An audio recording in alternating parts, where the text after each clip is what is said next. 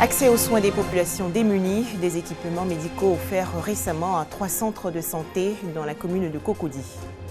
Au sommaire également la 8e édition du festival du Zanzan. Cette célébration se déroule à Bondoukou, dans le nord-est du pays. Enfin bientôt les 15e Jeux paralympiques de Rio au Brésil, l'occasion de suivre le parcours de Aaron Shediz, un athlète américain malvoyant. Bonsoir à tous et merci de suivre RTI2. Du matériel médical d'une valeur de 50 millions de francs CFA pour améliorer la santé des populations défavorisées dans la commune de Cocody. C'est un don de la fondation Maman Connaît Colette, appuyée par 2 associations, notamment le Lions Club Abidjan Phoenix et le Medico Lions Club de France. C'est un reportage de Koné Pargassoro. Lit pliable à roulette avec matelas, lit électrique, pied à perfusion sur roulette, table d'accouchement, panier à perfusion. Ce sont entre autres matériels médicaux d'une valeur de plus de 50 millions de francs CFA remis au centre de santé urbain de Cocody-Angré, des 2 plateaux Colombie et de la Riviera à Nono. C'est un don de la fondation Maman Connaît Colette et du Lions Club Abidjan Phoenix en partenariat avec le Medico Lions Club de France. Il s'agit pour ces structures de soutenir les actions du ministère de la Santé et de l'Hygiène publique. Actions qui visent à améliorer les soins dans les établissements sanitaires, mais également à améliorer les conditions de travail des agents de santé. Il est important que nos centres de santé soient équipés si nous voulons que la santé soit une réalité. Et vous savez que c'est l'une des priorités du président de la République, de donner une meilleure santé aux Ivoiriens. Sans la santé, on ne peut pas réaliser des projets de développement. Voilà pourquoi nous avons voulu œuvrer pour la santé des populations en offrant du matériel médical. Pour la représentante de la ministre de la Santé et de l'Hygiène publique, ces dons viennent soulager les populations de ces sous-quartiers bénéficiaires. Ces dons-là rentrent dans le processus de tous les efforts que le ministère lui-même est en train d'entreprendre, mais qui n'est jamais assez. Ce matériel sera utilisé à bon escient. La directrice départementale de la santé du district qui nous reçoit, donc elle veillera personnellement à l'utilisation efficiente de ce matériel-là. Ce don de matériel de santé s'inscrit dans le cadre de la 4e édition de la journée La main sur le cœur, dont l'objectif est de concourir au bien-être des populations vulnérables. Y a-t-il un secret pour la longévité ? Acciaroli, un petit port de pêche en Italie, détient en tout cas l'un des records mondiaux de durabilité. En effet, un habitant sur 10 est centenaire, un mystère étudié par des scientifiques américains. Reportage. Ils ont 93 et 100 ans. Amina et Antonio sont en parfaite santé et totalement autonomes, comme la plupart des centenaires d'Acciaroli, un petit village du Cilento dans le sud de l'Italie. Ici, plus d'un habitant sur 10 a dépassé le cap des 100 ans. On ne mange que des choses saines. On mange beaucoup de poissons, des produits de la campagne que l'on cultive nous-mêmes. On a nos propres lapins, nos poulets, seulement des produits du terroir. Et l'huile d'olive, on consomme celle que nous produisons. Car ce serait en partie dans l'alimentation que réside le secret de ces heureux centenaires. Pas un hasard si la fameuse diète méditerranéenne a été découverte ici, dans les années 50, par l'américain Ansel Keys. Plus de 60 ans après, ce sont d'ailleurs des scientifiques américains qui ont décidé d'étudier de plus près le mystère de cette longévité, aux côtés de leurs collègues de Rome. Est-ce qu'il y a quelque chose dans leur gène qui, couplé avec autre chose, les fait vivre plus longtemps et en bonne santé ? Il se pourrait qu'ils aient un gène qui fait que quand ils mangent quelque chose, par exemple du romarin qu'ils consomment quotidiennement et qu'ils cultivent eux-mêmes, eh bien peut-être que cela a un effet bénéfique. On sait que le romarin permet d'améliorer les capacités du cerveau. Sur les 80 personnes âgées qui ont participé à cette étude, et notamment 25 centenaires, aucun d'eux n'a la maladie d'Alzheimer. Tous ont également en commun une activité physique quotidienne, comme la pêche, la marche ou encore le jardinage. Ce que nous aimerions faire au final, c'est créer un score clinique, une sorte d'outil. Une personne, pour vivre bien et longtemps, devrait avoir un certain type d'alimentation, un certain type d'activité physique, un certain type de vie en société et une certaine philosophie. Une recette que ces scientifiques espèrent bien un jour exporter pour permettre à d'autres de vieillir en bonne santé. Revenons maintenant en Côte d'Ivoire. Les 400 meilleurs écoliers de l'année académique 2015-2016 ont été récompensés à Tchimou-à-Sékro, dans la région de Gbeke. Ils ont reçu des kits scolaires pour la nouvelle rentrée 2016-2017 et des encouragements à faire mieux. C'est un reportage de Djeneba Ouattara et Amadou Ouattara de RTI Bouaké. Ambiance festive et conviviale à Tchimou-à-Sékro, village distant de Bouaké de 17 km sur l'As Bouaké-Katiola. La raison, plus de 400 écoliers, les plus méritants du CP1 au CM2, des écoles primaires publiques de ces villages du canton Fari, ont reçu des kits scolaires pour leur abnégation au travail au cours de l'année scolaire 2015-2016. Initiée par les cadres de Tchimou-à-Sékro, l'action sociale s'inscrit dans le cadre de la deuxième édition de la Journée de l'excellence. Valeur du don, plus d'1 million de francs CFA. Il s'agit d'inculquer le goût de l'effort aux apprenants et encourager les parents à la scolarisation de leurs enfants. Il faut envoyer les enfants à l'école, les garçons comme les filles. Et s'ils vont à l'école, il faut les accompagner. Généralement, nos parents, ils vous mettent à l'école au CP1, au CP2, si vous avez quelques faiblesses, ils disent bon, il ne veut plus aller à l'école, l'enfant ne veut plus aller à l'école, bon, je l'abandonne. C'est une faute. C'est pourquoi le gouvernement vient de dire que tout le monde doit aller à l'école. C'est obligatoire. L'inspecteur de l'enseignement primaire et préscolaire de Bouaké Koko salue l'engagement des initiateurs et exhorte les écoliers au travail. Travaillez donc, mes chers tout petits, car c'est le travail qui rend l'homme fort en exerçant ses bras. C'est le travail qui rend l'homme intelligent en développant ses facultés. C'est le travail qui rend l'homme indépendant. Message perçu par les bénéficiaires qui promettent de faire bon usage de ces manuels scolaires. Avec le matériel reçu, nous comptons vous faire plaisir à l'école. La rentrée scolaire 2016-2017 est prévue pour le 12 septembre prochain en Côte d'Ivoire. Un peu plus au nord du pays, Bondoukou accueille la 8e édition du Festival du Zanzan. Un événement pour promouvoir les danses, instruments de musique et costumes traditionnels de la région du Zanzan. À noter que le Festival du Zanzan 2016 est consacré à la cohésion sociale. Franck Quadio. La région du Gontougo dans l'Est ivoirien célèbre l'art et la culture. 8e édition du Festival du Zanzan à Bondoukou, la capitale.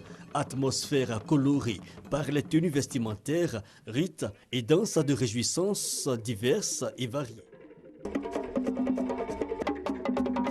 Espace cosmopolite, le Zanzan, à travers ce festival, se veut un cadre d'expression de la fraternité. Invité spécial, cette troupe de danse venue du Burkina Faso. Magnifier la cohésion sociale.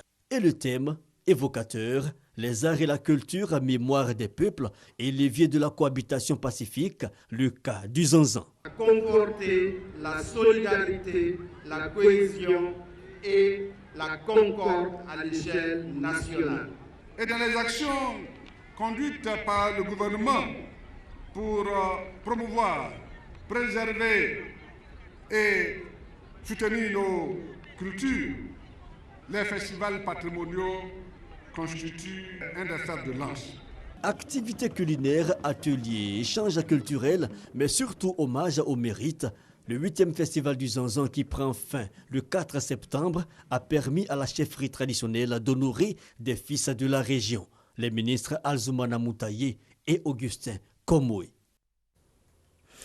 On met à présent le cap sur Jacquesville, dans la région des Lagunes. Le village de Grand-Jacques était récemment en fête. Les populations ont installé leur nouveau chef.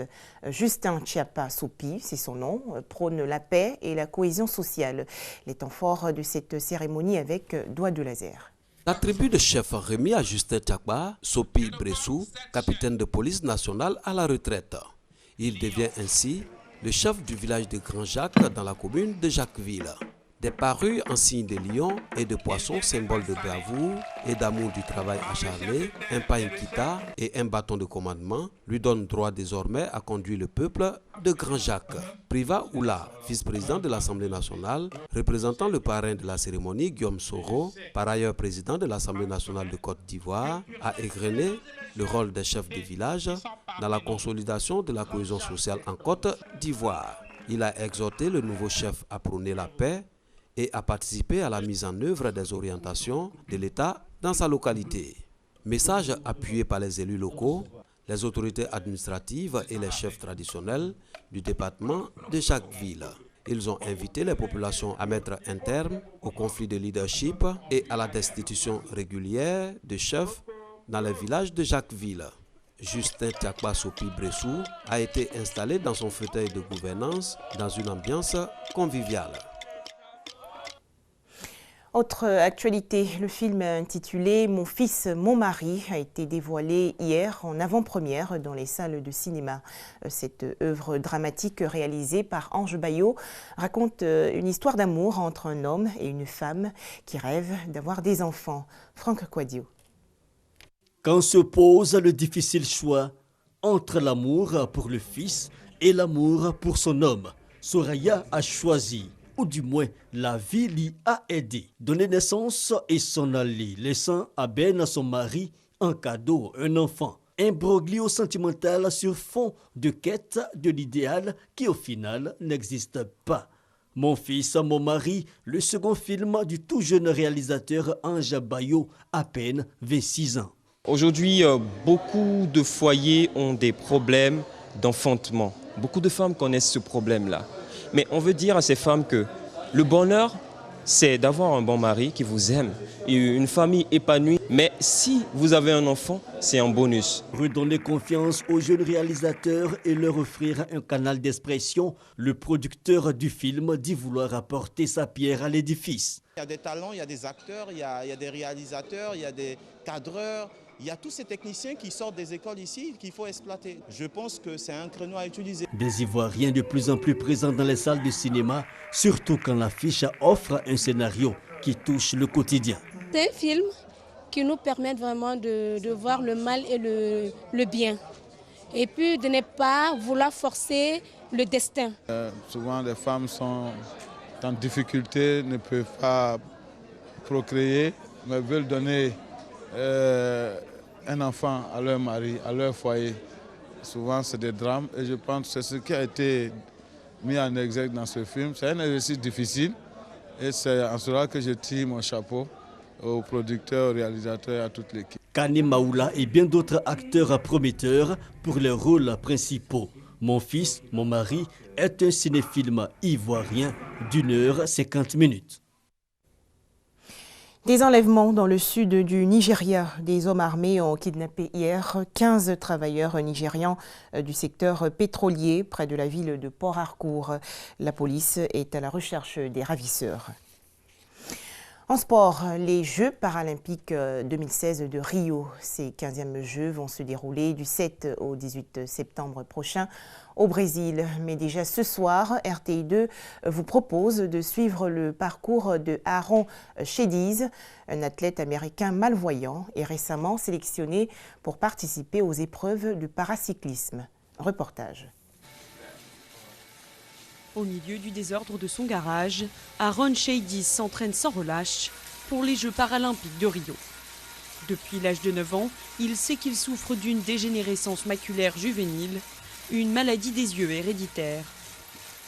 Je perds progressivement ma vue avec le temps, plus particulièrement ma vision centrale. Et aujourd'hui, il ne me reste que 15 à 20% de ma vue. La route pour Rio n'a pas été facile. La première vocation d'Aaron n'était pas le cyclisme. 6 fois champion du monde et 11 fois champion américain de triathlon, il espérait concourir dans sa catégorie au Brésil. La Fédération internationale de triathlon et le Comité international paralympique ont décidé de supprimer ma catégorie des Jeux de Rio, celle des aveugles et des malvoyants. Ça m'a brisé le cœur parce que c'était mon rêve de remporter l'or pour mon pays. Pas de quoi arrêter Aaron qui enfourche alors le 2 roues pour poursuivre son rêve paralympique. Et le voilà, sur les routes de Seattle, s'entraînant au milieu des cyclistes qui se rendent au travail. Son partenaire en tandem, Colin Riley, ne tarit pas d'éloges. C'est un athlète incroyable. Il est totalement investi et motivé par son but de remporter une médaille aux Jeux paralympiques. C'est un type marrant. On passe de bons moments tous les deux, mais il est clairement investi et motivé par ce but.